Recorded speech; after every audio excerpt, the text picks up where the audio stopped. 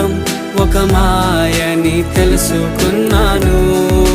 ఏది నా సొంతం కాదనుకున్నాను. తప్పిపోయిన కుమారుని నేనైతే నా కొరకై నిరీక్షించే తండ్రి నా యేసు. తప్పిపోయిన కుమారుని నేనైతే నా కొరకై నిరీక్షించే తండ్రి